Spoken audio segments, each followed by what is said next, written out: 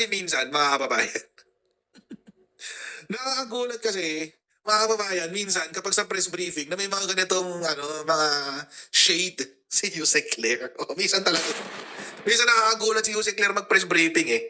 Oo. Parang parang may something, di ba? Parang may something.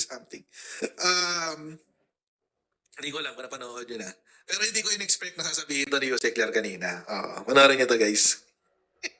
Kulit din talaga ni Yusek minsan eh. Ma'am, may tanong lang po ako kasi habang ako'y nakikinig. Alam po natin na ang pangunahing kagustuhan at adhikain ng Pangulo ay makapagbigay ng lupa para sa ating mga farmers.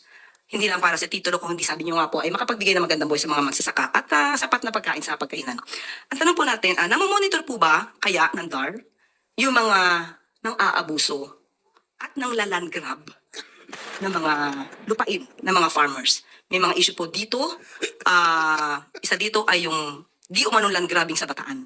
Ay! Ito po ba'y nang... Ay! Wait lang! Alam natin to guys. Diyos ko. Alam natin to guys. Tuloy natin. ng Nandar? Ma'am Yusek, opo. Meron po kaming, katulad nga po nung nabanggit nyo, meron kaming yung Division ng Blood, yung Bureau of Land Acquisition Division. Sila po yung nagmo-monitor niyan at may mga reklamo rin po mga nakakarating sa amin na yun nga po. And they're also aware. In fact, hindi lang po dito sa Bataan, may mga iba pa pong malalaki talagang... Like Ilocos Sur? Ay! Grabe naman, Yusek. Ba't naman ganyan, Yusek? Oo, ba't masyado naman targeted? Bataan tsaka Ilocos Sur? Bakit kaya? at iba pa pong mga lugar without mentioning kung ano pong particular na lugar. Yung mga nabibiktima po ng mga land grabbers, maaari pong pumunta sa inyong sa opisina po ninyo. Opo, sa Blood po. Ayun po. And namomonitor din po ba ng DAR yung mga lupa na instead na gawing sakahan, nangyayari po, nagiging golf course na at saka subdivision. Yun po. Ma'am Yusek, opo. In fact, ongoing po, marami pong ongoing cases na meron, kaya lang po hindi natin pwedeng pag-usapan. Opo, kasi sabi ko Alam niyo naman po, opo. Hindi, para Pero meron po talaga, alam naman natin yun. Pero yung mga farmers ay hindi naman mawalan ng pag-asa dahil meron tamang ahensya na dapat puntahan at hindi naman po bingi sa kanilang mga hinaing. Opo. At in fact, ang ating mahal na kalihim, sabi ko nga po sa inyo, Yung ngiti ni Yusek, sorry, apos ako ng pos. Yung ngiti ni Yusek, nakakaloko. Parang nang-aalas ka talaga to si Yusek. Yusek, makita mo man tong video na to, ha? Huwag ka mapipikon. Parang nang-aalas ka talaga siya, oh. Sabi yung ngiti niya, nakakaloko.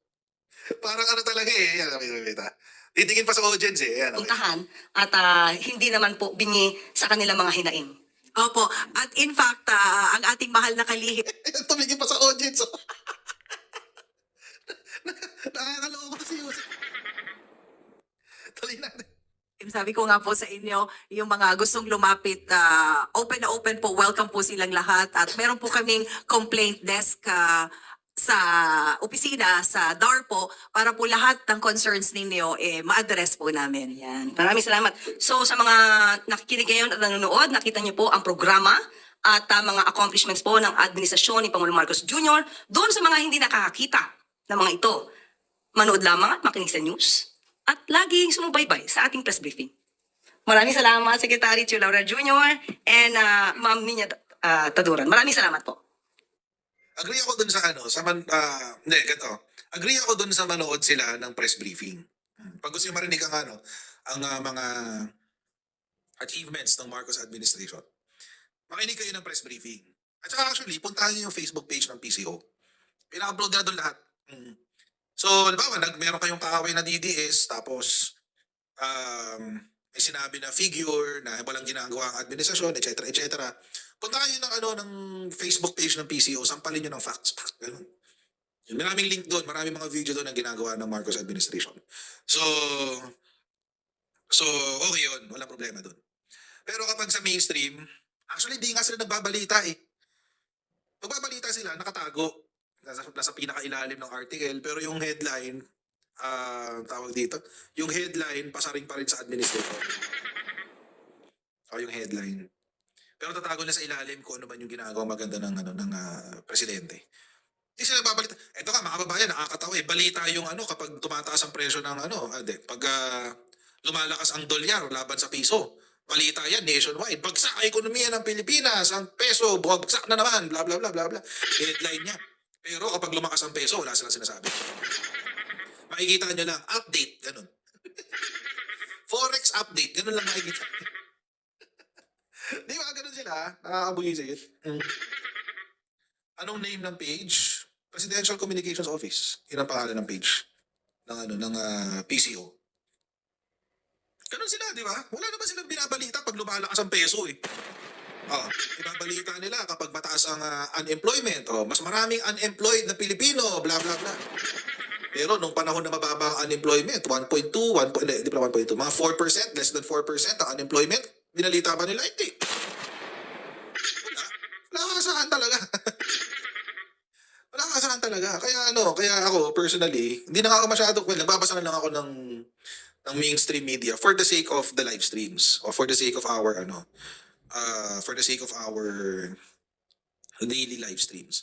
Pero kung tutuusin, hindi na ako halos na tumitingin sa local news. Kung walang live stream, hindi ako titingin sa local news. Kung tutuusin, magre-research na lang ako. So titingnan ko yung local news, hahanapin ko yung katotohanan doon, yun na. So, agree ako doon sa kung gusto mo makakita ng administration na accomplishments, punta ka sa saan ba to? Sa PCO. Pero other than that, wala kang makikita hindi mo makikita ang accomplishments ng presidente sa mainstream media. So yun na nga. Pero isa ho dito sa pasabog na to, bihira ho kasing mag-bring up si Yusek Clear ng mga ganitong klase ng mga ganitong klase na intriga. Yung maifip, hindi na tanong ng walang kwento. Sige nga, na-curious ako dyan, puntahan nga natin. Kung anong sinabi na naman ito ni Eden Santos. Wait. Today ba yun? Today o yung kahapon? Ngayon ba yun? Natagpuan na naman tanga si Eden. Kahapon. Okay, sige. Tingnan natin ha. Wait. Gamit sila ng Ito.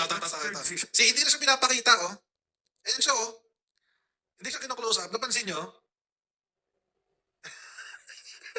Yung ibang reporter kino-close up. Si Eden Santos, hindi. Ayan siya, Bakit ganun? Di ba? Anyway. Okay, sana ba? Saan ba ito? Malamang ito yung umpisa ng tanong. Yan. Congressman and senators, kaya na ng DOH i-zero balance yung kanilang balanse po sa ospital. Sa Department of Health Hospitals, kayang i-zero balance sila. Okay po, malinaw po. So po nakatanungan, Eden Santos. Yan. Eden Santos. Secretary, follow-up lang din po ako dun sa pinag-uusapan GL po kasi, minsan nga 10,000 lang, Secretary, binibigay po. Let me just be clear, nagkaka-confusion tayo dito kasi you're all fixated on this guarantee letter. The DOH does not operate on guarantee letters. That is not our guarantee letter. So do not ask me about those guarantee letters. Ask the people that issued them. Kasi hindi naman po kami nag-i-issue ng guarantee letter. Senador Pero po yung mga ospital, pwede nilang tanggapin yung mga guarantee letters from the congressmen, senators. Pwede pa rin po yun. Yeah. Sa private hospital, GL. it is private hospital. Either private or government hospital po. Gumagamit sila ng GL. That's their decision. Wala ako yatang role. If they want to accept a guarantee letter from a politician, that's up to them. Ayun, yun po, malinaw po. At least, tuloy-tuloy pa rin naman pala po yung GL, paggamit ng GL, Anyway, ang ko po doon sa basic... Ano yung conclusion niya? Hindi ko naintindihan. Wait, sorry. Hindi ko naintindihan yung conclusion niya. So, ang conclusion niya is, nalinawan daw sila sa gamit ng GL, tama? Pero po yung mga ospital, pwede nilang tanggapin yung mga guarantee letters from the congressmen, senators. Pwede pa rin po yun. Ba't mo tinatanong ang DOH? Ba't di mo tanongin yung ospital?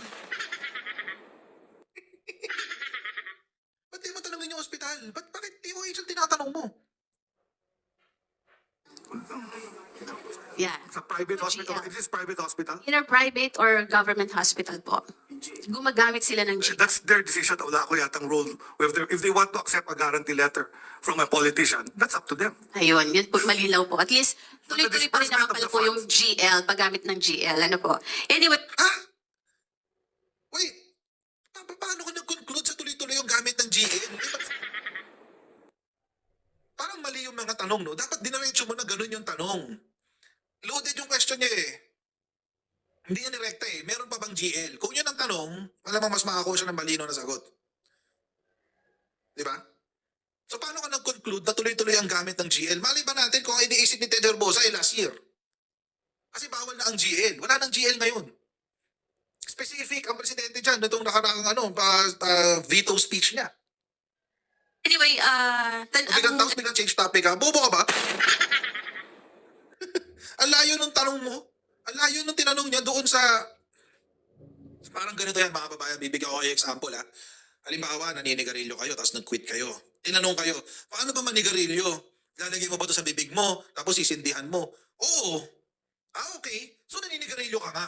Naninigarilyo ka pa rin. Ha? Ano? Ano na yan? For example ako, lampas 10 years na pala akong din nag-UC. Accomplishment. Anyway, halimbawa ako, lampas dekada na akong, magdadalawang dekada na ako hindi naninigarilyo. Tapos tinanong mo ako, Coach, paano ba mag-yosi? Turo mo nga sa akin paano mag-yosi. O, sige, ito, ilalagay mo yan dyan, gagamitin mo itong lighter, sisindihan mo to, ihinga ka malalim para sumindi siya. Tapos, yun na, nakapag-yosi ka na. Sabi niya, okay. So, ako, naniniwala ako na nag-yosi ka pa rin, kahit sinasabi mo nag-quit ka. Ha? Nagpaturo ka sa proseso ng pag-yosi, tapos sasabihin mo, nag-yosi pa rin ako? Kapubuhan niyo. Ganun yung ginawa niya. Ang tinanong niya, paano po ba nangyayari yung guarantee letter? Tinatanggap pa rin po ba yan? Etc. Tinatanggap po ba yan? Paano ba binabayaran? Etc. Etc. Tapos ulo pa sa akin sabihin, ngayon at least malinaw na natuloy-tuloy pa rin ang GL. Ha? Bobo ka talaga? At di ba nire-retain tong anong to sa press briefing? Napapahiya lang ang net 25 dito kay ano?